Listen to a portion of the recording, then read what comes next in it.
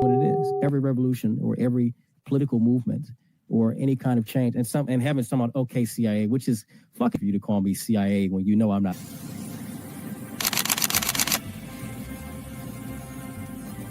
Everything was politicized. It was, oh, this is when we became the left versus the right. But both sides are trash. In COVID,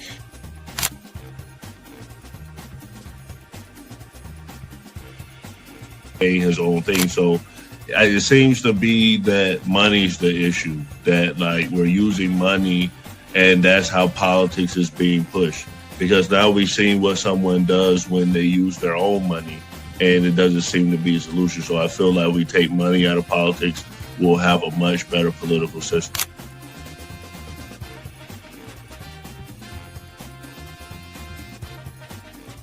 Politician, you think they're gonna come out and tell me the truth? They was lying to my mama. They ain't gonna never tell us.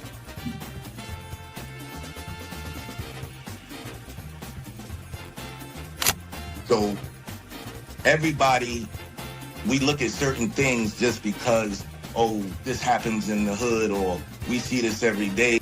All the way up. These people were speaking truth. King, we could talk X, we could talk it all. They were speaking truth. What's going on in anyone's mind, but let's take it as a given that Gray's argument is true, that the argument to not have ID is that it would be discriminatory versus certain socioeconomic brackets or something. It's like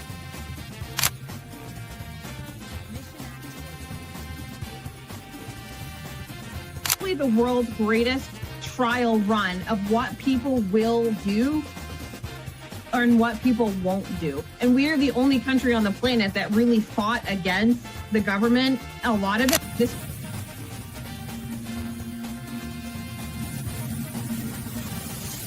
Because you focus on 80-20 issues.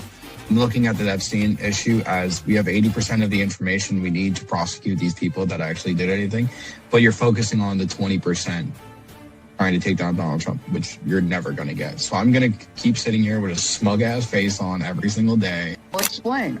Good question. I'll give you the answer. The Republican Party constantly talks about transgenders and transgender surgery to minors.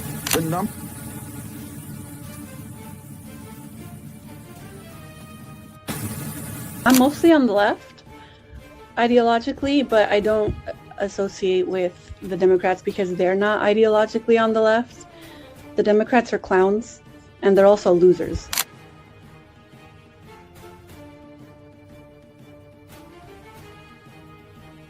About to be any engaging conversation. It's not about to be any discourse about different political ideologies, what works and what doesn't. If that is the outcome, right? For example, I'm not going to go and just put myself in the middle of a KKK rally. Verify me, I'm not a fucking Fed. They always do this. I'll say this, right? And they did the same thing to Nick. We've seen the video. They'll call people who are genuine and authentic Feds because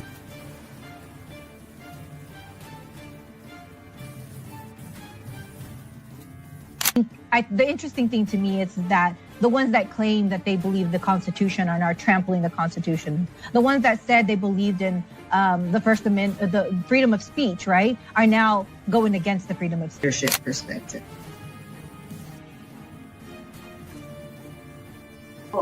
They'll have no plan. They'll never talk about nothing positive about the Democrat Party. Everything is just anti-Trump. They're not willing to have a conversation. They call us fascists. We willing to have a conversation. Charlie Kirk's willing to have a conversation. To be the president of the United States. I really don't believe I would run. I have no intention of running for president. 5% of what they're making, it's a joke. This sounds like political presidential talk to me, and I know people have talked to you about whether or not you want to run. Would you ever? Probably not. I am officially running for president of the United States. Donald Trump will not become president. Johns expressed on this panel show are those of the individual speakers and do not necessarily reflect the views or positions of this channel, its affiliates, sponsors, or production team. This content is intended for informational and entertainment purposes only. Viewer discretion is advised. We encourage respectful dialogue and critical thinking around the topics discussed. Described him as one of the most dangerous men on the face of the earth.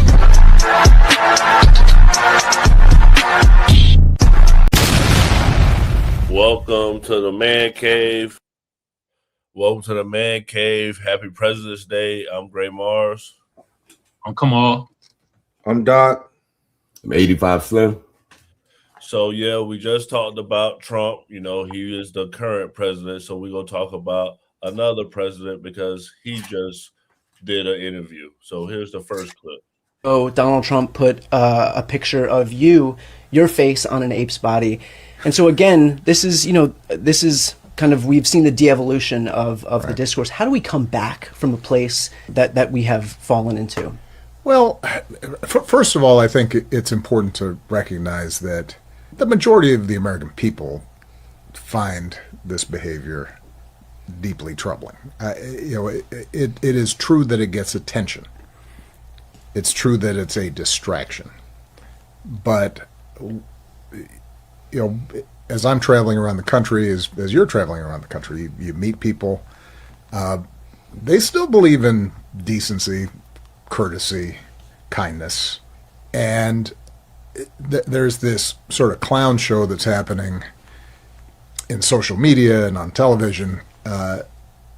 And what is true is that there doesn't seem to be any shame about this among people who used to feel like you had to have some sort of decorum and a sense of propriety and respect for the office, right? So that's been lost.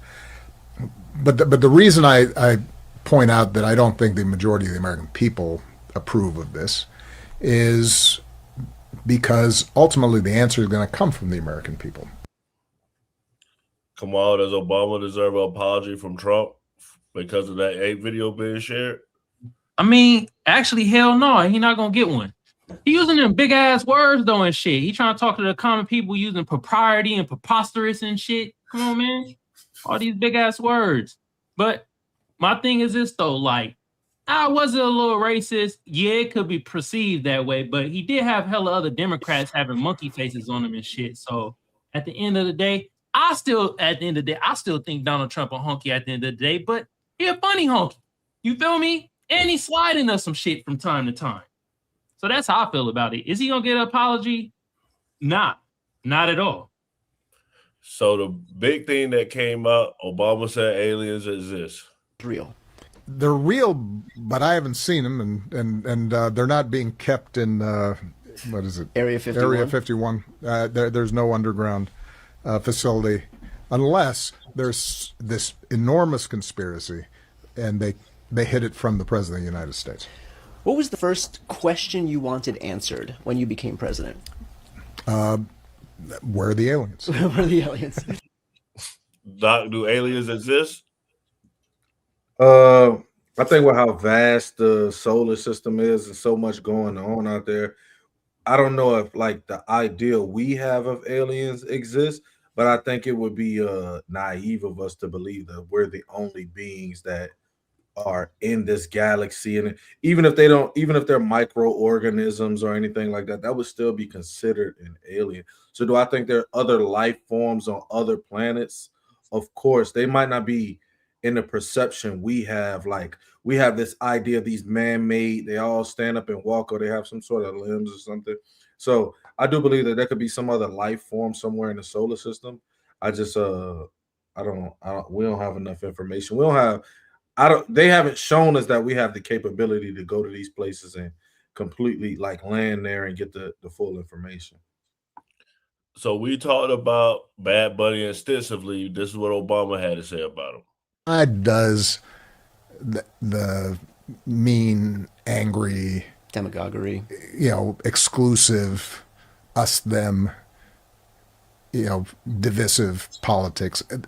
That's their home court. Yeah. Our court is coming together. Our court is, look, a great example. Wasn't political. Bad Bunny's halftime show. I knew you were going to say that. Yeah. Well, it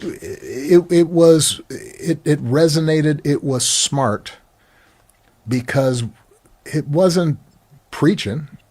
It was showing. It was demonstrating and displaying. This is what a community is.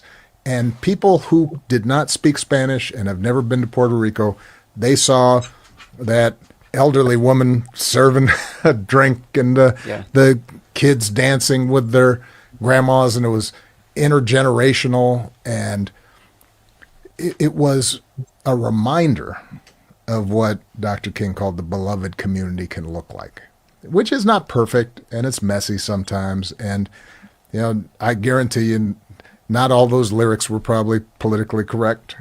And if you translated them, and, you know, they're, you know, people are complicated, but there was a sense of, all right, there's room for everybody here. Yeah. And that, I think, is where we win. So, Slim, that was one of the times that you didn't go with what MAGA said. You said you didn't mind the halftime Super Bowl show. So I know you're not a big Obama fan. So why do you feel like, you know, the halftime Super Bowl show was so divisive? And do you feel like Obama was right with what he said, with the right being like more visceral with hatred? You muted. You muted, Slim. I was going to say, at the end of the day, that shit is pretty much irrelevant, because what they doing is just keeping the divisive shit going by continuously talking about it. The reality was the game was trash. As a football fan, you probably don't want to see that game again. As a halftime show individual, you probably don't want to see that type of halftime show again. I don't think it was nothing wrong with it. I was more disappointed in the actual game. But that's what the hell I waited 16 weeks to see. I ain't care about Bad Bunny. You know, I ain't care. I didn't really get into it. But to continuously talk about it, it just goes to show where the divisiveness is coming from. That's just what they do. That's how they get down. I feel you. This is what Obama had to say about ICE. Behavior of agents of the federal government is deeply concerning and dangerous.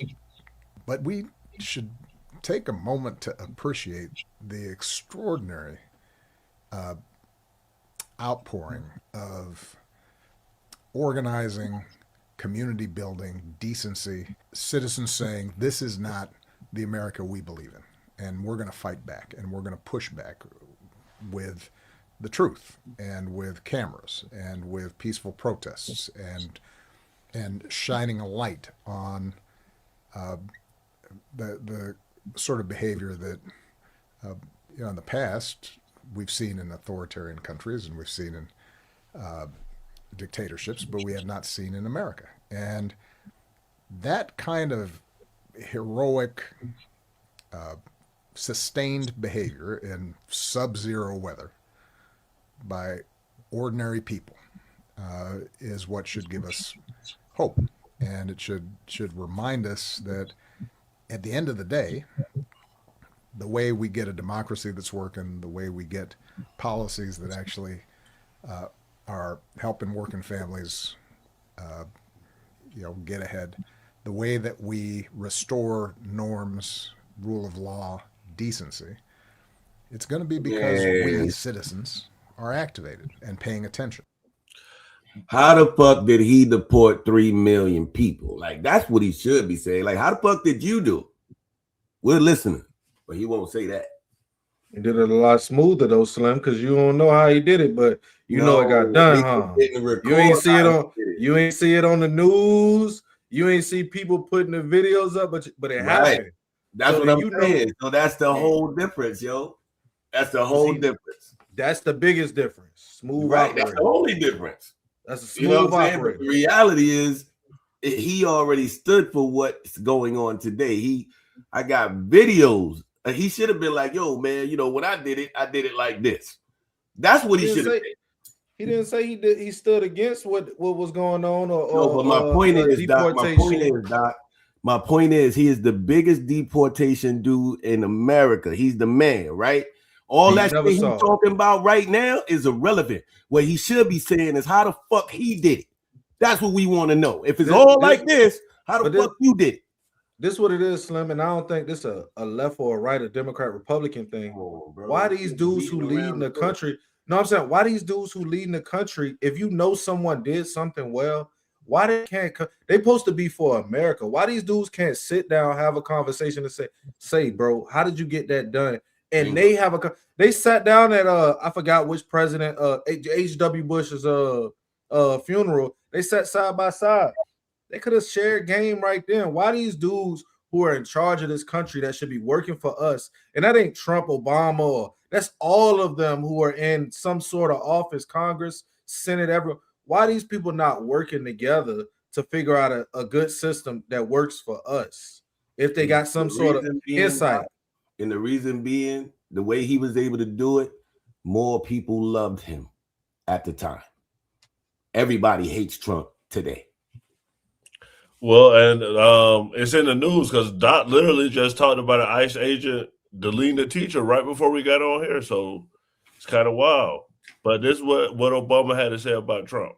President of the United States, I suppose I could have simply unilaterally ordered the military to, go into some red state and harass and intimidate a governor there, or cut off funding for states that didn't vote for me. I could have exercised that prerogative, but that is contrary to how I think our democracy is supposed to work. And I think we shouldn't get discouraged by the fact that we have a tougher job. What we should do is expect that our side is smart enough to figure it out. So, Kamal, what y'all gonna do when Gavin Newsom do what Trump did to y'all? We're gonna fuck with his hair products, make that nigga go bald. But anyway, hey, I gotta agree with you, Doc, bro. Like, they could come together and spit game. They be right there. They all in the same inner circles and shit. You feel me? And Slim, you correct, bro. Like Obama, like the fucking Michael Jordan, and deport niggas. What y'all forgetting though to see is that this nigga smooth as hell. I see why he got voted as president. Obama was making that bullshit speech sound beautiful. I almost had to vote for this nigga again. I'm like, God damn, bro, out here shit spit. He makes shit that usually is just boring, weak as hell. He make it sound hella beautiful. See, Trump though, he come with the funny though. He come with the entertainment aspect. So that's how I see how he got voted for president at this point. Let's be real, man. Politics is just entertainment at this point. You feel me? So I don't know. Gavin Newsom, try to do some bullshit, bro. We gonna fuck with your skincare, nigga. Well, Slim brought up a good point. He said that the guy gave no pushback on Obama, so he was interviewed about that. This first point of where he just casually reveals, yeah, there are aliens. You've been criticized for not then saying, what? Doing an Oprah in the Harry and Meghan interview. What? Why didn't you do a follow-up to the aliens confession of the former president of the United States? It seemed clear to me when he said, yes, but I haven't seen them, there's no Area 51, that he was saying, that he was expressing his belief in the concept of aliens, but that he made it clear enough, at least to me, that he doesn't believe in that there wasn't any evidence of some government facility that was housing aliens. Obviously, if there were aliens and he was interested in seeing them, which he clearly was, and if the government had them, then he wouldn't have said that he hadn't seen them or that the U.S. government doesn't know about them, or that, if they were there, it would be evidence of some grand conspiracy where even the president of the United States wasn't aware of them. And so that was clear to me in the moment. It was clarified and proven in his clarification that that you put on the screen right here. So I just, it just made enough sense to me that in the moment, okay, I get what he's saying.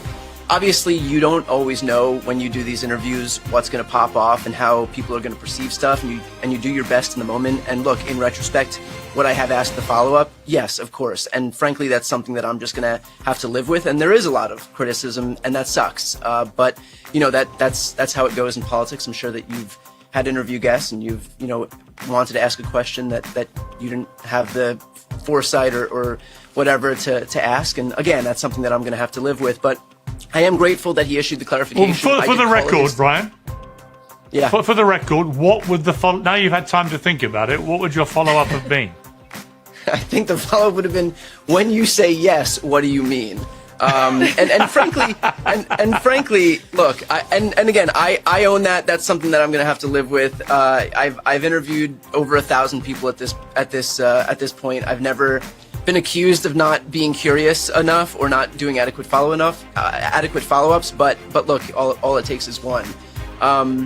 With that said, I think I've heard from so many people in the alien community, which I didn't understand was this vibrant, thriving community online. And so there are other questions I actually would have asked, which is, does the government have evidence of UFOs or UAPs? There's a whole deep dive I would have done. And frankly, this was during a speed round. I would have nixed the entire speed round and just gone on a deep dive into aliens. But, hindsight is 20/20. All right, Slim. People mad at him for not even asking a question about aliens. So, do you feel like after hearing him say that, him not asking about the deporter in chief question is legitimate because he didn't even push back on the alien stuff? It's a moment. I mean, we all go through that. Even if you're talking to a girl, it might be something you forget to ask a girl at the moment. And then you can always go back home and reflect on it. I should have said this. That's a human response. We can't fault him for that. I mean, Piers Morgan is Piers Morgan, so everybody can't be Piers. I understand what Piers may have done, but you can't do people like that and hold them accountable on that level. You know what I mean? Let people do what they got to do. You know what I'm saying? Yeah, most definitely. So I want to play this clip. This might be a big surprise for all of y'all. This school finally opened. To all my donors around the world, I know it has been 7 long years. I know it has been 7 long, hard, tough, grueling years, but we are here, baby. The school is absolutely done. The school is fully done. The school is completely done. And on Tuesday, because government is closed on Monday to celebrate white supremacy presidency.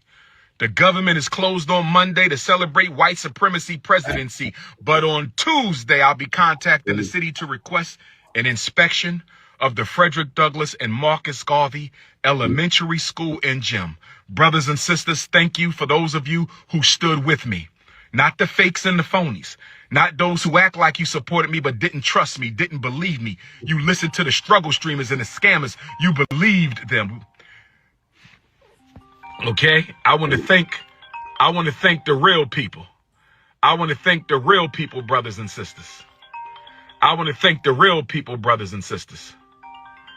I want to thank the real people for standing with me because our time has come. Happy birthday, Frederick Douglass. Your gift is this school. Frederick Douglass always wanted to open a school, brothers and sisters. My cousin Frederick Douglass always wanted to open a school, brothers and sisters. My cousin Frederick Douglass always wanted to open a school, brothers and sisters, and I'm opening it for him. I am going to open the school for you, cousin. Don't you worry. The blood of Bailey is alive and well. The legacy of Frederick Douglass is alive and it is well. Do y'all feel like that school gonna stay open? Damn shame. I ain't think he was still at it. He's still at it, man. I beg your pardon. If Frederick Douglass was to come back, he would whip his ass. Frederick Douglass was a Republican, first off.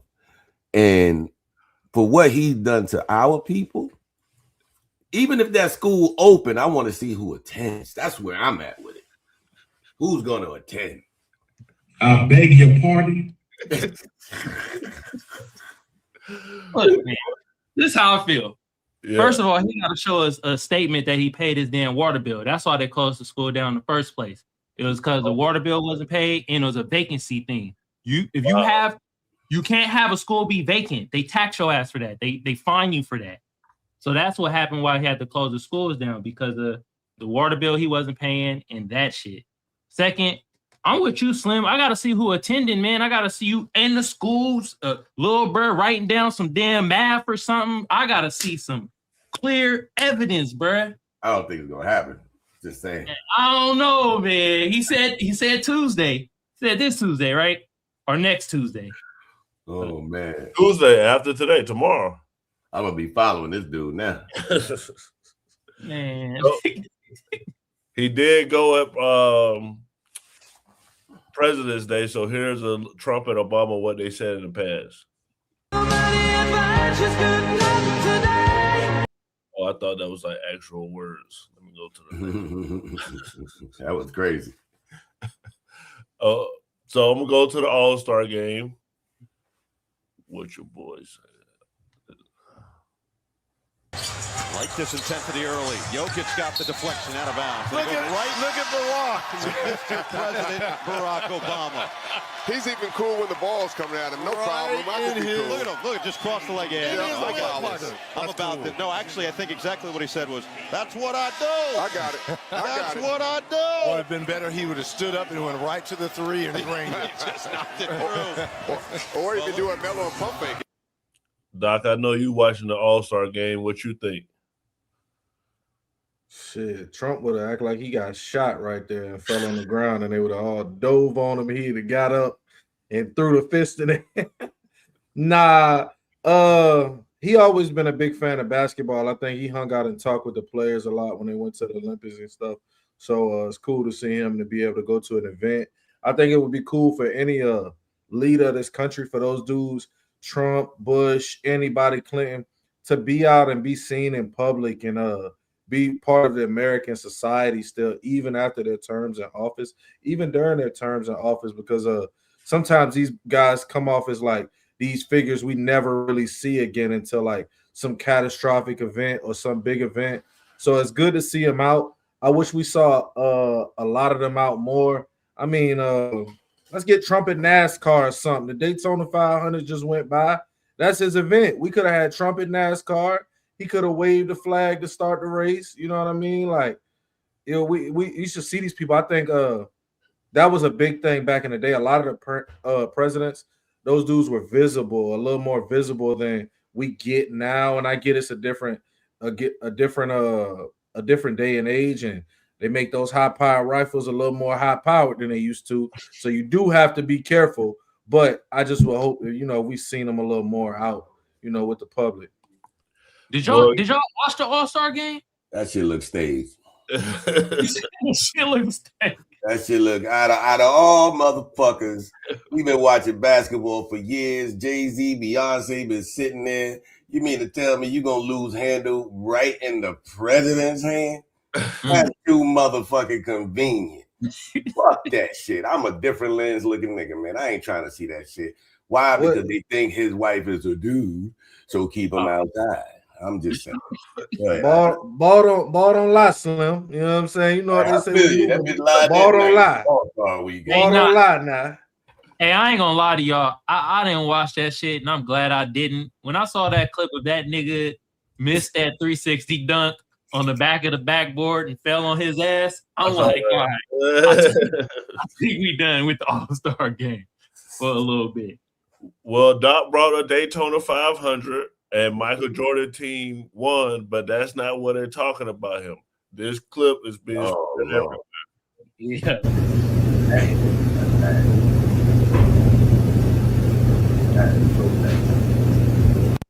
I mean, what y'all think? Was he fixing his shirt, or was that some Epstein? I'm thinking that came out of the files, bro. Is he on the files for real? I mean, why are we just now getting this video, man? Come on, bro. I mean, that's disgusting, man. Like, I'm hoping that's AI. I'm literally praying that's AI, bro. Nah, Slim, that ain't AI, bro. That shit, he was grabbing ass, bro. Like that shit is crazy. Every time I see it, I want to throw up. Oh my God. But hey, we do gotta congratulate his driver. His driver actually won the event and shit. I think it's a black dude. Ain't it a black dude that that's driving Michael Jordan car or whatever? I don't know if it was a black dude. I know they won though. Yeah, they won and shit, but damn, that looked bad, bro. And what was Trump, Slim? That's his base right there. Budweiser American flag wearing outfit, people. That's his base. Nah, to the Trump core. go to UFC. Trump go to see niggas get fucked up. That's what he Not for real though. Trump better be glad he wasn't there, because he would have been right next to Michael Jordan, and then it would have been some other type of implications seeing that shit. So that was over the weekend? Yeah, that NASCAR shit. It was over this weekend. Oh, man, that's so You think sad. Trump and Mike ain't been hanging out before back in the day? Come on. Yeah, I think they was hanging out. Shit, they would have been hanging out now. You feel me? Like Trump hung out with all the kind of the cool big name figures. Trump was around all of them people. So not to say that about nothing to be in no shade, but just Trump was around a lot of them big figures, especially in like sports, entertainment, like type world. Oh, they was around Trump.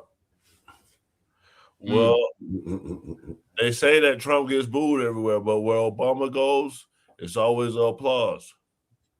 To Chicago, you mentioned the 90s, your time there, and that run by Michael Jordan in Chicago.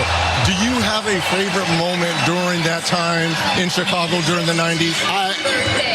I always enjoyed watching us beat Indiana. Oh my goodness! Although I will do that to me. Although I knew you were going to say that. I will say that nobody terrified me more than Reggie Miller with a possible three-point shot at the end of a game.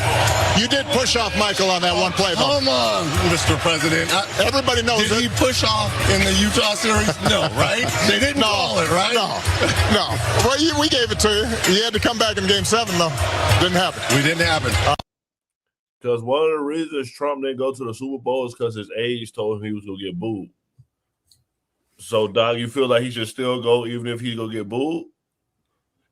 Maybe liberals just boo more than conservatives or something. Because I don't think he should get booed. I think he had a 50% margin. He had over 50% of the vote. So I think if 50% of these people resonate with him, I don't think he should get booed. I think people are just it's easier to be outraged at Trump because he takes a strong stance on the things that he says he's going to do or he thinks he believes in. So the people who disagree with him, they boo him because most politicians take a blurry line or where they don't want to speak too damning about any one side or any one viewpoint or something. So I think Trump gets booed because he's kind of upfront about how he feels, what he wants to do, what he believes in, and that causes people to boot him. But I think he still should have won because I think people would cheer for him as well. I think there's certain people who agree with him and that's his base, and I think they'll cheer for him. I think Obama will get booed at the UFC.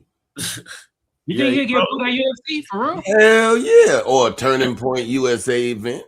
Oh, Maybe for a sure. Turning Point, Maybe a places that nigga get booed. Maybe at Turning Point. I don't see Obama getting booed at any sporting event. He's been to all of them. Yeah. He's never been booed at any sporting event. He's been to UFC events. Go look at the videos, Slim. He's never been booed at a sporting event. He will this time. That probably was a long time ago. They love him. It is trash. So since we on sports, this is what Joe Burrow had to say about racism. I grew up southeastern Ohio, Appalachia. It's a very underprivileged community. There's not a lot of black folks in that area. And so you see a lot of hate in certain places. That's not easy to see your friend going through something like that. And so that really affected me during that time.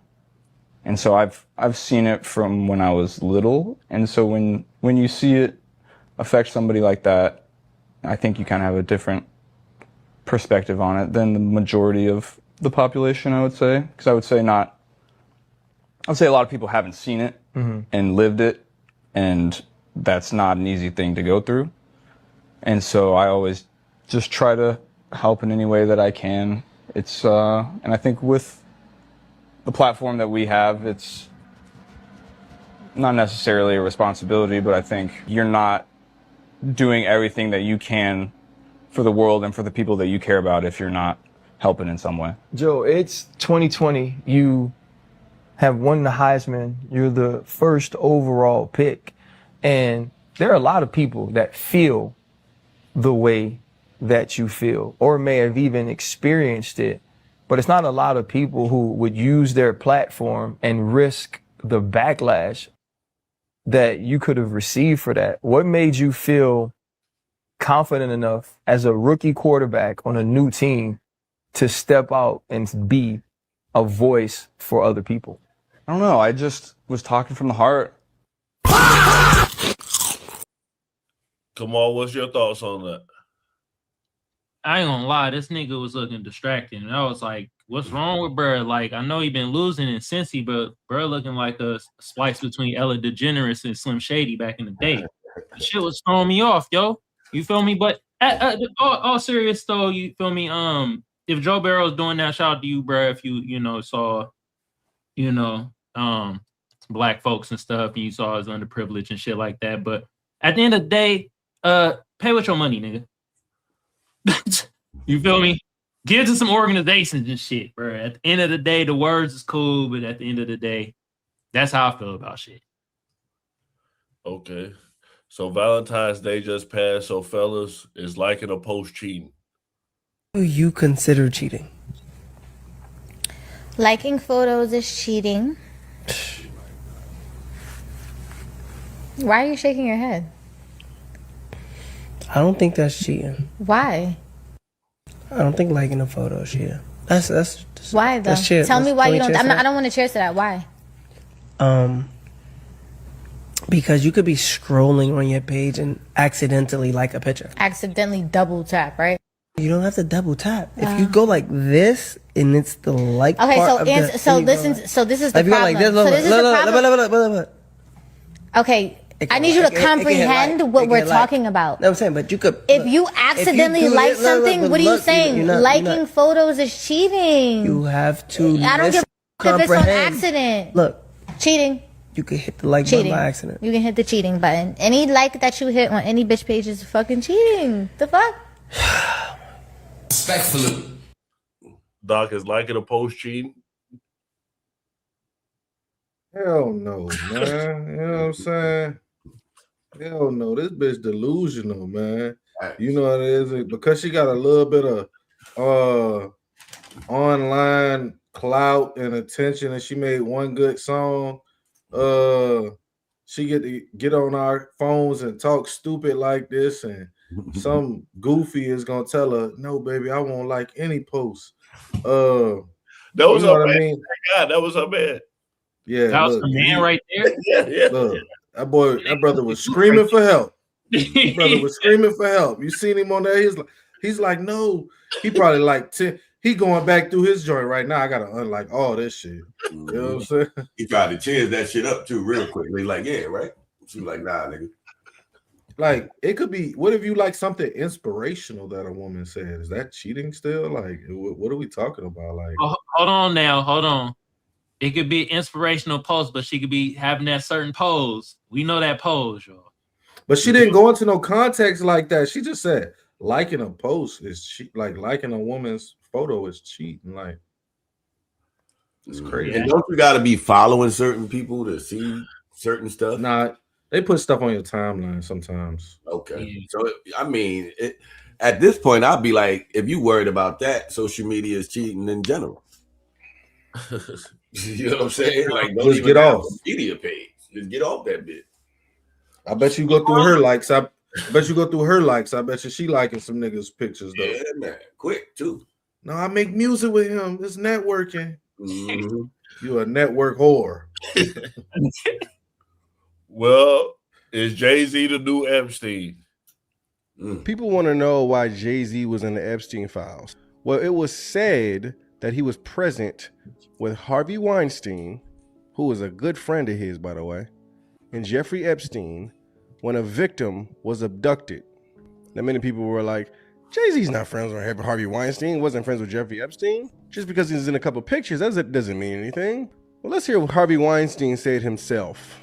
In your thoughts on Donald Trump and what it means for mass incarceration. You know what? This is a labor of love for Jay, and as a result, he's my friend. We're here to talk about that and nothing else.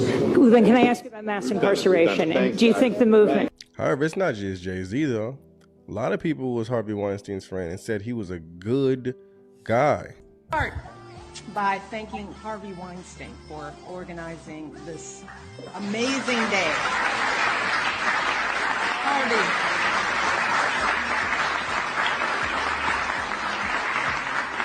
This is possible because of Harvey. He is a wonderful human being, a good friend, and just a powerhouse. And the fact that he and his team took the time to make this happen for all of you should say something not about me or about this place, but about you. So Michelle Obama said that Harvey Weinstein was an amazing human being. Now this man's in jail for abusing his power when it came to women, sleeping with women for different roles. Now, I'm not saying Michelle knew anything about anything. We don't really know that to be true or false. But I do want you to see the bias in this. If that was Trump saying that Harvey Weinstein was an amazing human being, you guys would go ham on him. Facts. However, Jay-Z is definitely in some secretive nonsense, some satanic occult nonsense. And we can go down the line from what he puts in his verses to what he wears to see that. However, it's all coming out. These people think that they're God, but God is going to show them who's God. Hey. Just watch. Slim, I know you love that clip. I love that, man. That was powerful, bro. Yeah, but see, it goes back to what Mia was saying, man. These are the things that we knew, things I've been called conspiracy theorists for. Things I did my research on, you know what I mean? Lost a lot of love and respect for a lot of dudes in the industry. Your girl Jaguar Wright, the other chick that was abducted, she was on TikTok spitting out a lot of crazy stuff. I forgot her name, man, but this girl was following her, but she brought all this shit out. Gene Dill. I mean, we go down the line, but now that the news is coming out with it, now it's true. And this is what we knew all the time. Like, we knew that in order for people to actually understand and believe it, had to be on the news. It's just what it Slim, is. you think Michelle Obama knew Harvey Weinstein was a creep? Absolutely. So then that means you believe that Trump knew that Epstein was a creep. Of course, that's why he parted ways with him. See, people keep they keep not putting that story in there because this is all before the island. Like, Trump got rid of this nigga before all of that shit. So after that, Trump had no dealings with him, even after the conviction. It was the Democrats who had all the dealings with him after Trump let him go. He said, I ain't fucking with him. But people so it was only, failed to bring it's only Democrats in the paperwork, Slim? No, it's not them. See, what it is Trump name is in there, but there's no incrimination. I ain't saying it's incrimination. I'm saying you're saying the mere notice. You saying she know he's a creep. Well, if Trump knew Epstein was a creep, why didn't he blow the whistle? You just say he knew. Why he ain't blow the whistle? Trump is the reason. Trump is the one. If anything, he is a snitch. He's the one that gave the information to the fucking prosecution. You can look this up as well. But people don't talk about these things. Well, this is what Vlad said. You guys will not believe what DJ Vlad is over there tweeting on X right now. He's confessing everything about Jay-Z. We see why he was always on Nicki Minaj's neck, because he knew the truth. Listen to this confession. I have a confession. Rock Nation has been paying me to support Megan. They also paid off all of the jury members to convict Tory. And they bribed the judge too. Jay-Z did a verse for his grandson's new album. They paid off Megan's doctor to lie about the bullet fragments. She was never shot. The LA police are all on Jay's payroll, and it doesn't stop with LA. But you're not ready to hear that part. The Mexican guy who stabbed Tory, who do you think paid him to do that? You already know the answer to that. The 3 Supreme Court judges who denied Tory's appeal, all paid off by the Rock Mafia. He also says every blogger is on Jay-Z's payroll. We all got paid with Bitcoin. Now that the price dropped, you'll see a lot of us turning on him. He said it's deeper than that. Jay-Z is Epstein. He said the money stopped coming and I never signed an NDA. He said it started with $10K a month. During the trial, it went up to $50K a month. All the payments were in Bitcoin, so they couldn't be traced. He said Jay also paid Trump not to pardon Tory, even though it's a state case. Trump can only pardon federal cases. But knowing Trump likes to bend the rules, Jay wasn't taking any chances. I can't keep these lies secret anymore. If this is my last tweet, you know who silenced me. Now, users are on X right now are confused. They don't know if he's trolling, but this doesn't seem like a troll because a lot of stuff is hitting the fan since these files have been released even more today. And people are going to have to start talking. Whew.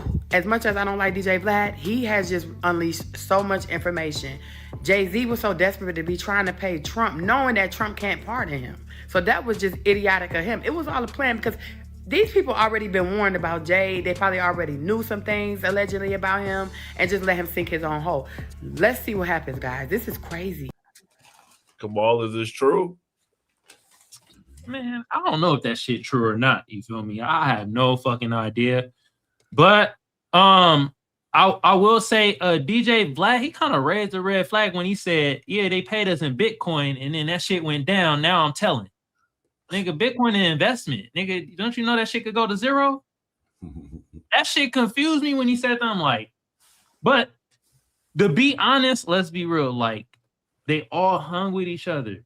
You feel me? They all was homies and shit, all partying with each other and stuff like that.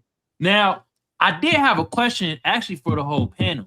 Cause I was actually talking to my lady about this shit. And we talked about the Epstein files and we was doing our research. Are there 2 files or is it one? Is it just 2 files or one of like the flight logs of people going straight to the island? And is there a separate file of people that just knew Epstein and kind of partied with him? Or is it all one file?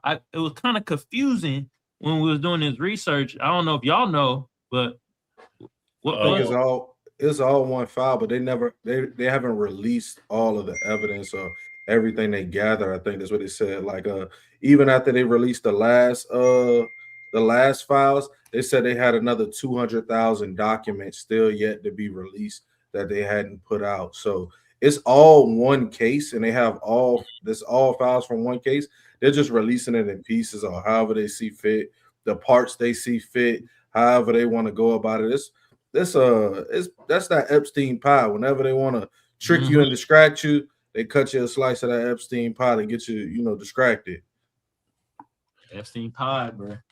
Yeah, but on another note, Jay-Z a billionaire, bro. For us to think, like, I know Jay-Z cool and he made great raps back in the day, bro. To get to $1 billion in this country, you are conscious of some sort of foul play going on, some sort of bullshit, some sort of dark cult like society. You have some knowledge and some awareness of this, and you probably play some part in it. That's for all of those dudes who are billionaires. They ain't letting you in the club, in my mind, unless you take some part in it. You know what I'm saying?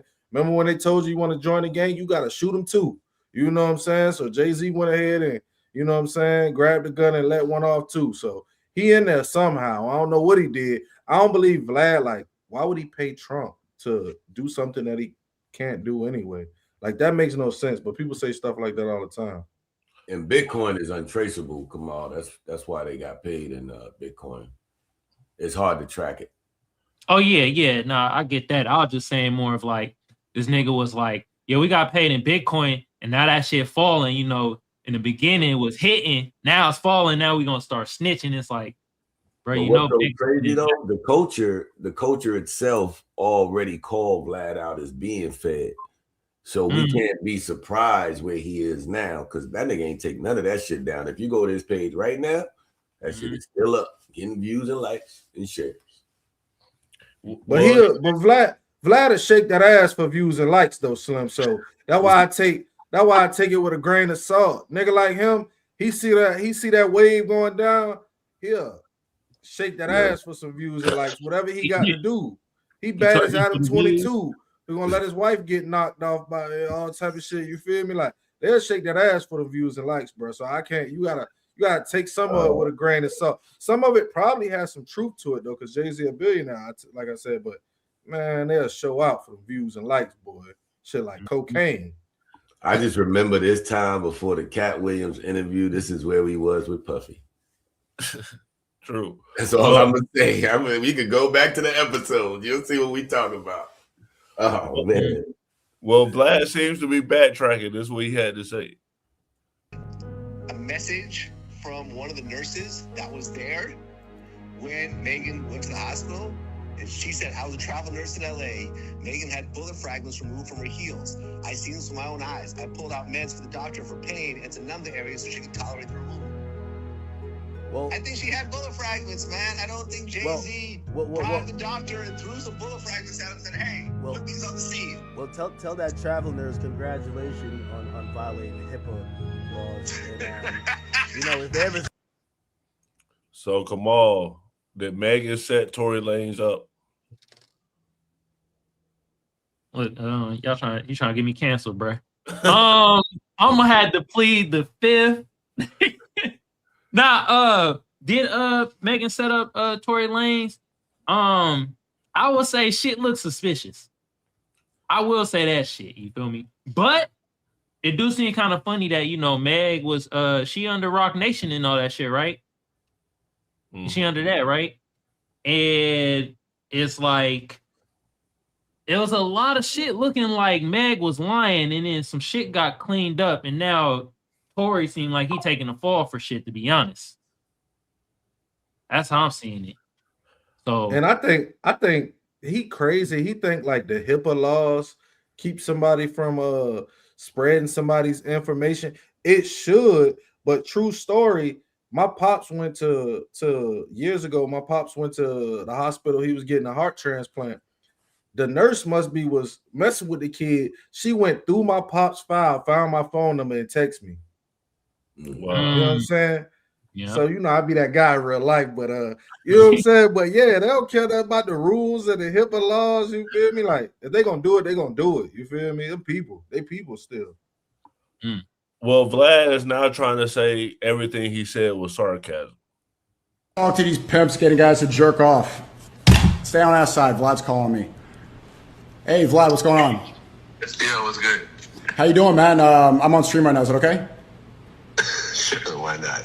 Okay, so I saw your tweets about Jay-Z and Rock Nation. Is everything okay? Are you in a safe spot?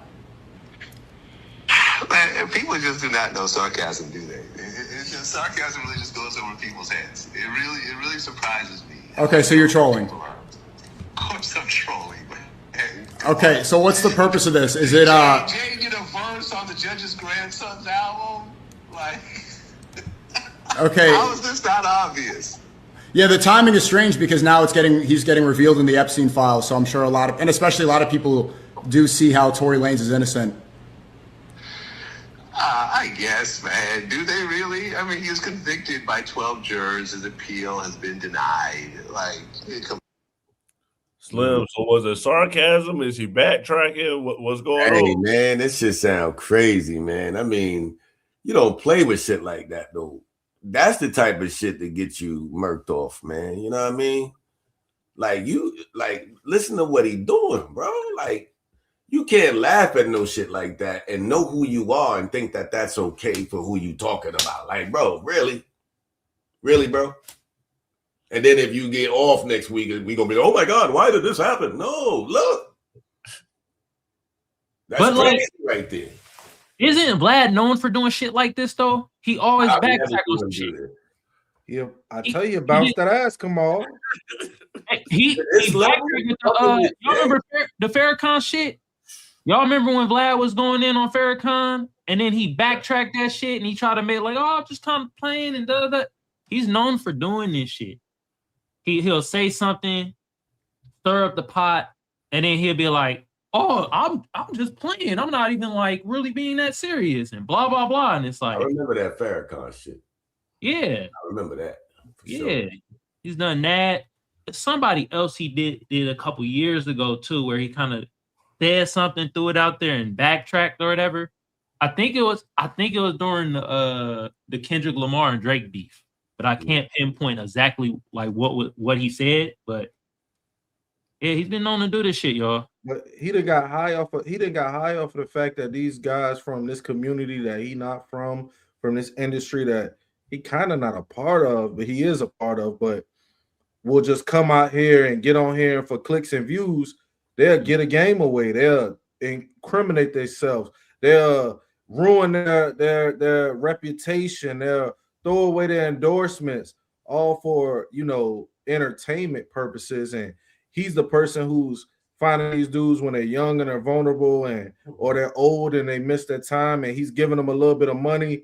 And now he's gotten so high off of that drug that how much further can you go besides, trying to stretch and, fabricate the truth now. So, I remember he had a rapper on that one time, and he just wouldn't get a game away. And Vlad just kept trying to press him, Pee-wee Longway.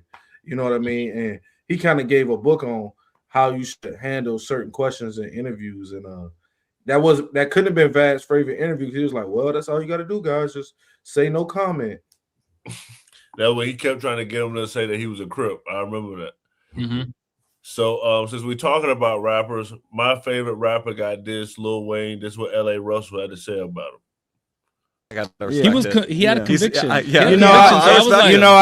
had a moment in my journey where I had grew a disdain for Wayne just because I started listening to everything. Like, I started maturing as a human, and I'm like, damn, this nigga wasn't talking about nothing for a long time. And I think that's what his argument was. As someone who like grew up in these communities, right, and grew up with homies who I seen want to be Bloods because they following Wayne and want to be gangster and want to shoot all the gun bar and shit. Right. Like, I've seen the negative that he contributed to the community, and I had to look like, man, what are the songs where he really talked about something and gave? And out of 1,000-song catalog, it's minute on this end. It's like Georgia Bush. And that do bother me. Man, Tie My Hands. Yeah. That's what I was going to say. Tie My Hands is the only one I can think of. And that's the thing. It's like, if I hug you once, but I slap the shit out you 1,000 times, your affinity for me is going, you're probably going to remember me for this. And a lot of people don't, as I mature, a lot of my old favorite artists, I'm now like, damn. Yeah. Like, I love you because I learned how to rap to you, but when you look at the contribution, it's like, man. L.A. Russell is Cash Money for life. So I want to know y'all thoughts. I see Slim got J. Cole in the background. Kamal, you like music. Is that correct what he said about Weezy? Nah, first of all, Doc, you ain't feeling the jacket, bro. This nigga inside with the Eskimo jacket on, like, giving an opinion on Wayne. This nigga don't get the fuck out of here. Man, that's Lil Russell, bro. You feel me from Vallejo. You feel me? But I'm gonna be honest though. I agree with Lil Russell though. Be 1,000 with y'all because it's my thing. Lil Wayne has showed us he can provide a record that is like conscious and talking about what's going on with like us in society. He done did like 2 records like that. But other than that, it's like phenomenal rapper, but he ain't really saying shit. He talk about, drinking lean and riding on unicorns and shit and slapping the fattest ass he could see most of the time. So it's great rapping, great bars, but at the end of the day, yeah, out of 1,000 songs, 998, he wasn't talking about shit. Let's be honest. So why I can't agree with Lil Russell is because Lil Wayne capitalized on a commercial sound and bars and made a lot of money and a lot of music, very popular. Lil Russell has dropped 40 independent albums, and he wants that same success because he went from having this independent ideal to just signing a deal that he sold to kids. So he wants the same success Lil Wayne has. And for Lil Wayne to have that success, he had to contribute to music in this manner because that's what sold. So if you want that success, that's what sold. So now that Lil Russell has decided he's not going to play the independent role no more, we'll see how he compromises his musical choices in order to get that success. Like, a lot of dudes made music a certain way, and very few of them stuck to that to keep the success going. It's few like Cole. Cole makes the same music that he made before he got. If you go listen to the Come Up and some of his songs that he just dropped, they have the same, ideals in them. But a lot of dudes aren't like that because it's hard to capitalize on that success. Slim, you got J. Cole in the background. Was L.A. Russell right about Lil Weezy? I'm going to say yeah, man, because all it is getting older, especially as a man, and Cole got a song on there called I Love Her Again or I Still Love Her. It's about hip-hop. But the way that song is broken down is like, yo, you don't even listen to me no more type shit. And he like, yo, how the hell I could listen to you? You know, I got kids now. You know what I'm saying? So I understand where Brody is at when you reflect on what you was listening to and the substance of what it was delivering. What was it really talking about? As opposed to a J. Cole, you have better cadence, you have substance. So I've been following Cole for years because of that reason. I'm a hip hop lover, but I always said when I first heard this young man, he was going to be the best. And I saw it back then because of his cadence. You look at him, he didn't follow the wave, no tattoos, no twerking in no videos. He got the same wife, same kids. It's a reason for that. At the end of the day, the lyrics is what designed the culture. And as you get older, your fans don't want to fuck with that shit no more because they grown out of it. So I understand that shit 100%. So L.A. Russell didn't respond to people saying that he was talking about Weezy. This is what he had to say. The words of the great Dwayne Carter, real niggas fuck with me and I don't give a fuck who don't. And niggas can spin it however, but you know, my message wasn't even out of malice. I love Wayne. I wouldn't be the rapper I am today without. He inspired me to do so much. He inspired me to have bars. But he also inspired me to smoke weed, sip lean, fuck bitches, shoot guns, all those things. And I turned out great. But that's the power of being influential, nigga. I love Wayne, nigga. Fuck y'all. I'm finna blow the whistle on the industry real quick. And the industry is two forms of marketing that's used heavily. It's seeding and it's clipping. Whenever you see academics, say cheese, rap, bars, etc., all posting the same thing around the same time with the same narrative, that's a seeding campaign. It means someone gave them a budget and some content and a narrative to spread to the world. These two things have been monumental and beneficial to artists like myself as well, because whenever I have a viral moment, I'm able to mass distribute the moment to the world. On the flip side of that, most of these places don't have no integrity. So as long as you got the budget, you could get them to post anything and use their platform. Yesterday, probably like 20, 30 platforms across Instagram and Twitter all posted the same clip of me at the same time with the same narrative. 30 niggas thinking the same thing, watching the same interview at the same time. None of them have ever posted anything from me. They ain't posted when I paid rent in my hood. They ain't posted when I bought out restaurants. They ain't posted when I helped these kids. They ain't post nothing I've ever done. But randomly, they all watching this interview and decided we should post this. And the title says, Lil Russell says this about Lil Wayne after signing to Jay-Z. What the fuck that got to do with anything? That's somebody with a budget in content and a narrative saying, hey, go run this. Niggas want to try to tarnish what a nigga built, but you can't. The problem is God chose me, nigga. Man can't stop what God put in motion.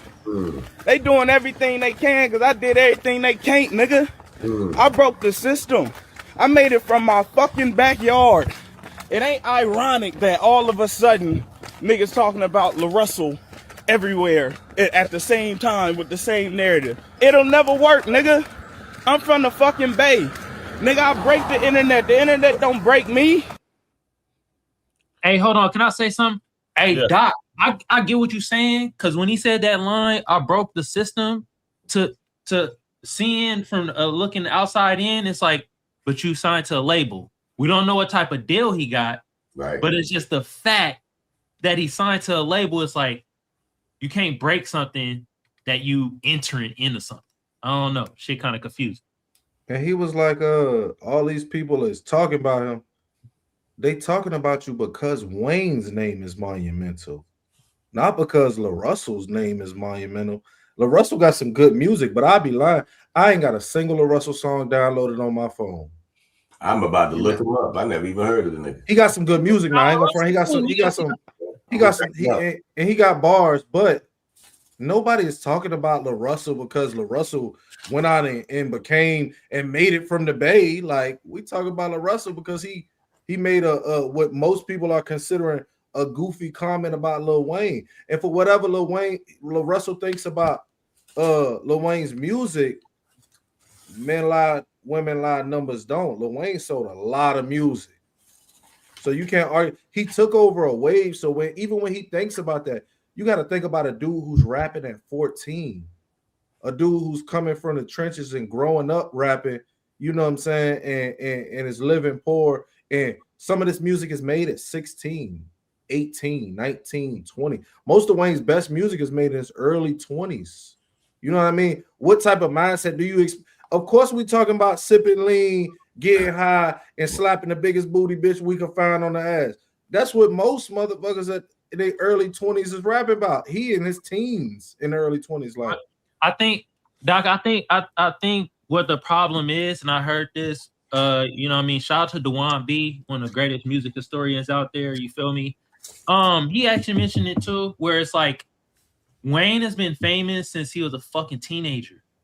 Why are you talking about blood shit? Why are you talking about being a blood and being in this gang and da-da-da shit?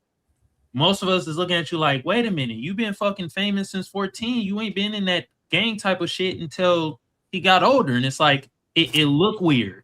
It looked like, you know what I mean? So sometimes it might not be the lean and the big boot. I mean, it's overused, but I think it's more that the gang and the shooting and all that shit. And it's like, he said he got shot, but he shot himself.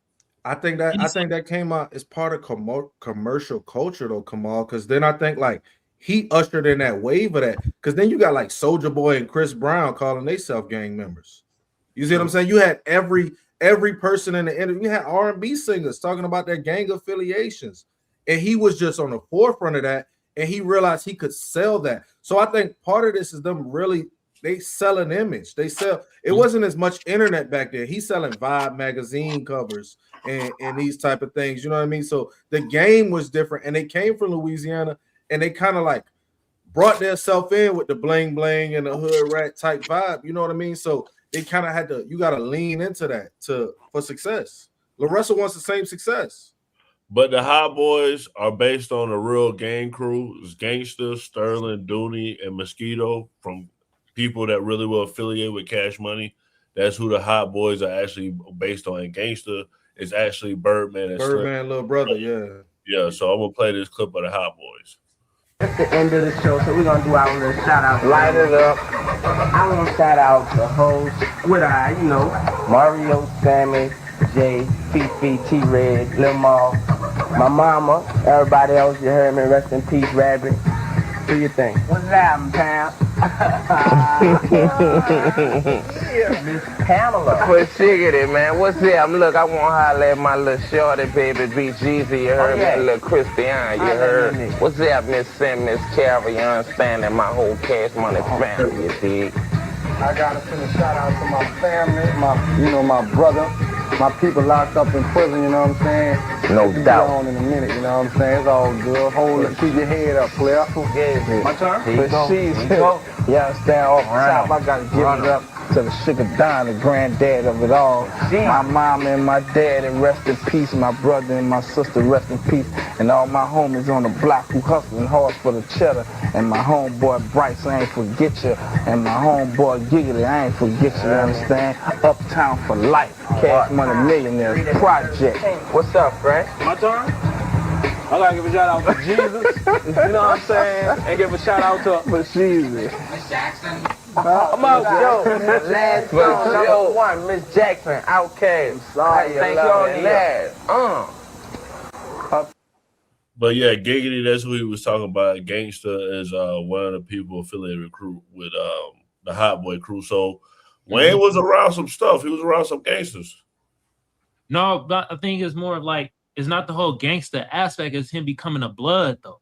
It's like at some point, it's like, when do you kind of either grow with your audience or have your audience grow with you? You feel what I'm saying? It's like at some point, you feel, just think, if Wayne didn't do the whole blood shit, join the Bloods and all that shit, Who would have said Chris Brown would have done that shit? Or Soulja Boy would have done that shit? They'd have been like, okay. Chris Brown does say the blood stuff though. Chris Brown does though.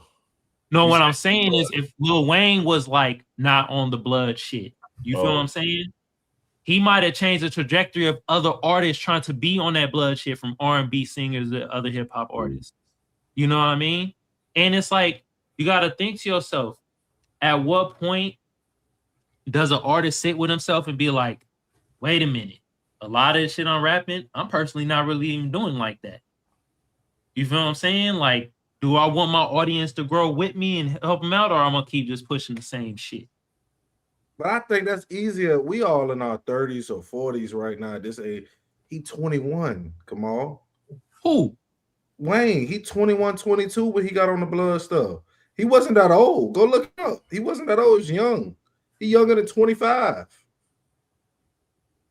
So if somebody come to you at 25 and say, yo, I got a bag for you, but we gonna go this direction, most young dudes are gonna accept it. You know what I mean? So do I think it's a misstep? I think it was a misstep because I do think he ushered in that era of everybody being from a gang. Like before, it was kind of like a West Coast thing and everybody understood it. You know what I mean? That's what they did out there.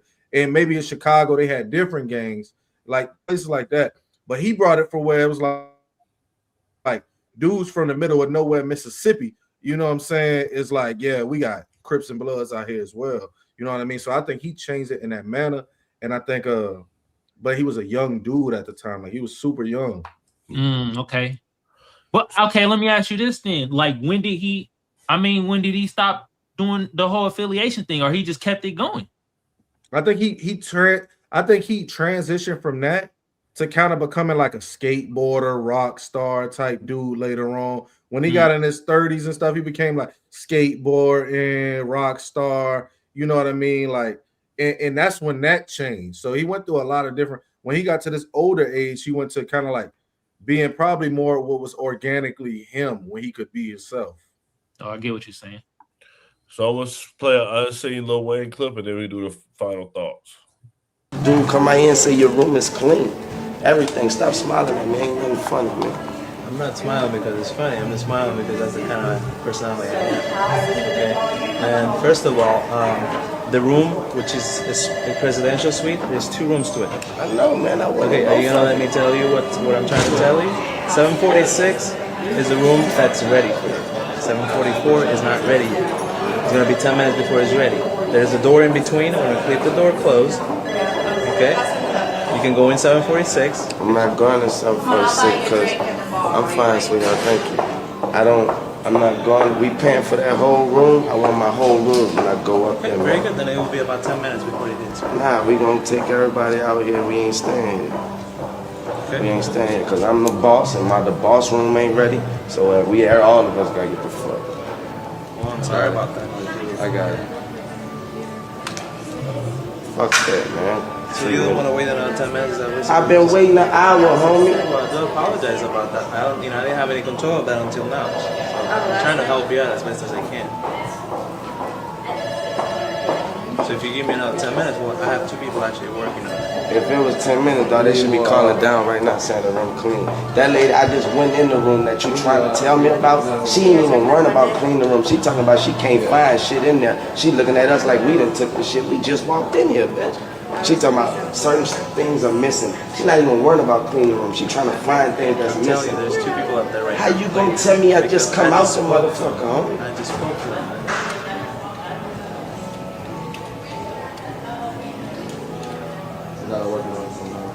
And if you don't mind, I would appreciate if you turn that off. Nah, don't turn it off. We gotta turn it off, we leave. That's for me, man.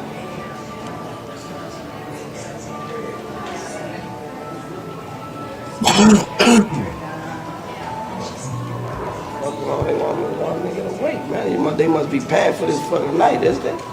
I bet you they ain't doing that. I bet you they can't get no complimentary nothing. Nothing. Let me have been a lighter shade. I'd have been all good. I'd have been in somebody. They'd have moved the nigga out their room for me to get in that motherfucker if I'd have been lighter. Well, and the problem is, Christopher shouldn't have led me to bring him off the bus. I would never took him off where I had him. I totally understand. I apologize. There was a misunderstanding between the time you got up there and the room. If you're watching right now, hit that subscribe button and press that notification bell. Know when we go live.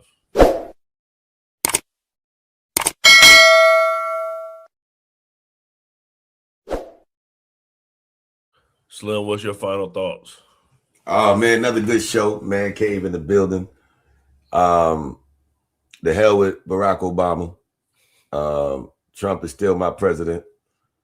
And we'll see you on Wednesday night. For sure. Kamal, what's your final thoughts? I appreciate y'all having me on the Man Cave. You feel me? Shout out to Slim. Shout out to Doc. Gray, shout out to you, brother. I saw what you was doing today with the clips. You was bigging up Obama like a mug. I feel you, bro.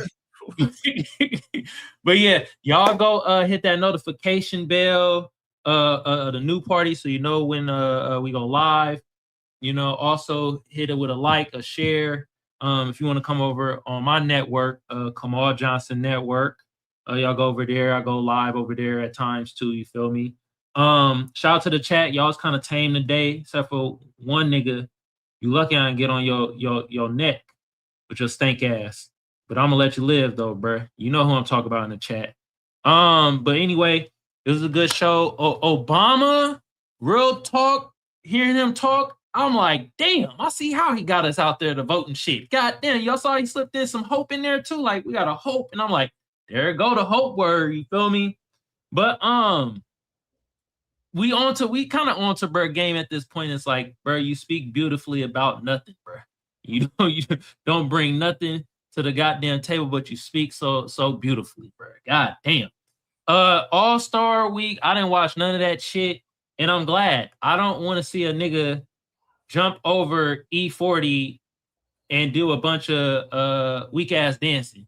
That's not exciting, bro. You like 6'10", bro. You need to do something better. You feel me? And then seeing a nigga fall on his ass from a dunk, that's pathetic, man. But shout out to the NBA. Keep doing your thing. Also, with Trump, you feel me? Trump is hilarious, but sometimes he be speaking at cracker knees. But hey, man, you know, the stock market booming, y'all.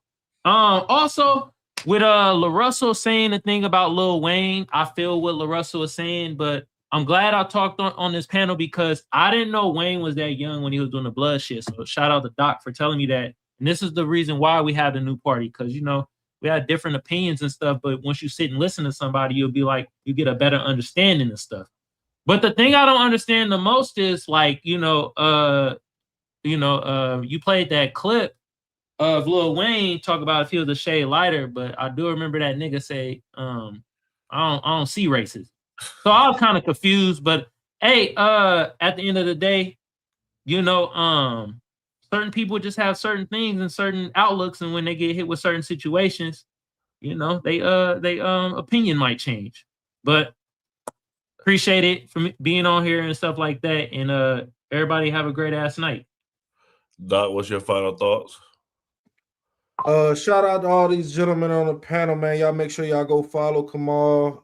Tap in tomorrow, same time, 8 p.m. Eastern. Nora will be on here. Great show will be coming up. I think what I took away the most from that Obama interview is me and Slim's exchange that, yo, if you know how to do something, these people in the government, if they know how to do something and they've done it well at a high level, these people need to be working together. And that's not just Trump and Obama. That's the people in the Senate, the people in the House. All of these people work for the American people, and they need to be coming together, using their pool and resources to make this the greatest country. It's already the greatest country. Make this greatest country better. So we need to stop some of the division, and they definitely need to stop the division. They need to drop their egos, and they need to realize that they work for the American people, and they need to do what's best for us, what's best for this country. And that's going to be some hard decisions, but they need to figure a way to work it out. For sure. Hey, hold on, Greg. Can you put up Arizona Mamba, his comment? I ain't gonna lie, it's pretty funny. That's What's pretty funny. Arizona Mamba. Look at bruh. They're trying to clown in the chat. He talk about me. The Tupac. Yeah. Okay. You kind of funny, huh? Damn, that's how your mama got 3 ankles, nigga. Shut your ass up. Oh, bitch ass nigga. For sure. So, like Doc said, come back tomorrow at 8 p.m. We're going to be talking about James Fishback. He's running for governor in my home state, Florida. We're supposed to do an interview with him, but we'll see how that goes. But we're going to talk about him first. So since it's President's Day, here's a President's Day clip. Day. Why we celebrate and where to experience it. Tomorrow isn't just a long weekend. It's a holiday that started with one president and grew into honoring them all. President's Day began as Washington's birthday, celebrating George Washington, born February 22, 1732. In 1971, the Uniform Monday Holiday Act moved it to the third Monday of February. Over time, it evolved into honoring not just Washington, but also Abraham Lincoln and all U.S. presidents. Originally a day to recognize leadership and national unity, it became a broader reflection on American history. President's Day reminds us of the founding of the Republic, the resilience of democracy, and the idea that leadership shapes history. It is less about politics, more about the story of how a nation was built. Best cities to visit for President's Day. Mount Vernon. George Washington's home offers special events, reenactments, and family-friendly history programs. Lincoln Memorial. Standing beneath Lincoln's statue feels powerful on this day. The National Mall often hosts ceremonies and educational events. Federal Hall. The site where Washington was inaugurated in 1789. A meaningful stop in Lower Manhattan. Mount Rushmore. A symbol of presidential legacy carved into granite. Independence Hall, where the Constitution was debated and signed. A reminder of the presidency's constitutional roots. How to enjoy President's Day with family. Visit a historic site or museum. Watch a documentary about Washington or Lincoln. Read the Constitution or famous presidential speeches. Have a family discussion about leadership and character. Cook a traditional American meal together. For kids, make it interactive. Ask, what would you change if you were president? President's Day is more than sales and long weekends. It's a reminder that history is shaped by people, and we're still writing it. Follow Tourist Trap Truths for places where leadership, legacy, and story come alive. Before we wrap, I want to take a quick moment to talk about how you can support the new party. We are an independent media platform. No corporate backers, no political handlers, just a collection of voices representing all American viewpoints, especially the stories they don't want you talking about. I'm disgusted with our government, and it doesn't matter which party you're talking about. I'm disgusted. We are watching an active genocide. I don't know how else to put it. There are thousands of people getting killed every day. This is the first time in history that an American cardinal has ever been elevated to Pope. It is legitimately make America great again. Yeah. Like, they're fighting for illegal immigrants, not immigrants. Illegal. Like, and they burning the flag and shit. Like I always say, it was a great episode. I'm happy with the wins that Donald Trump's. Like you heard Nora Skeptic say, we're going to keep bringing like different types of content and things that we know people want to see. And like we always say on the New Party, always know. If you believe Americans can still have civil discourse, even in these polarizing times, we need your help to stay independent and keep growing. You can support us by donating to our GoFundMe page, becoming a channel member, sending a super chat, or grabbing merch from the New Party store. Every donation goes directly toward growing the channel promotion and our upcoming documentary. And as a thank you, donors will receive an exclusive copy of the documentary 1 week before it premieres. Who is the New Party? We're you, your voice, your stories, your America. We can only do this together. So if you're able, please donate and help us get the message out.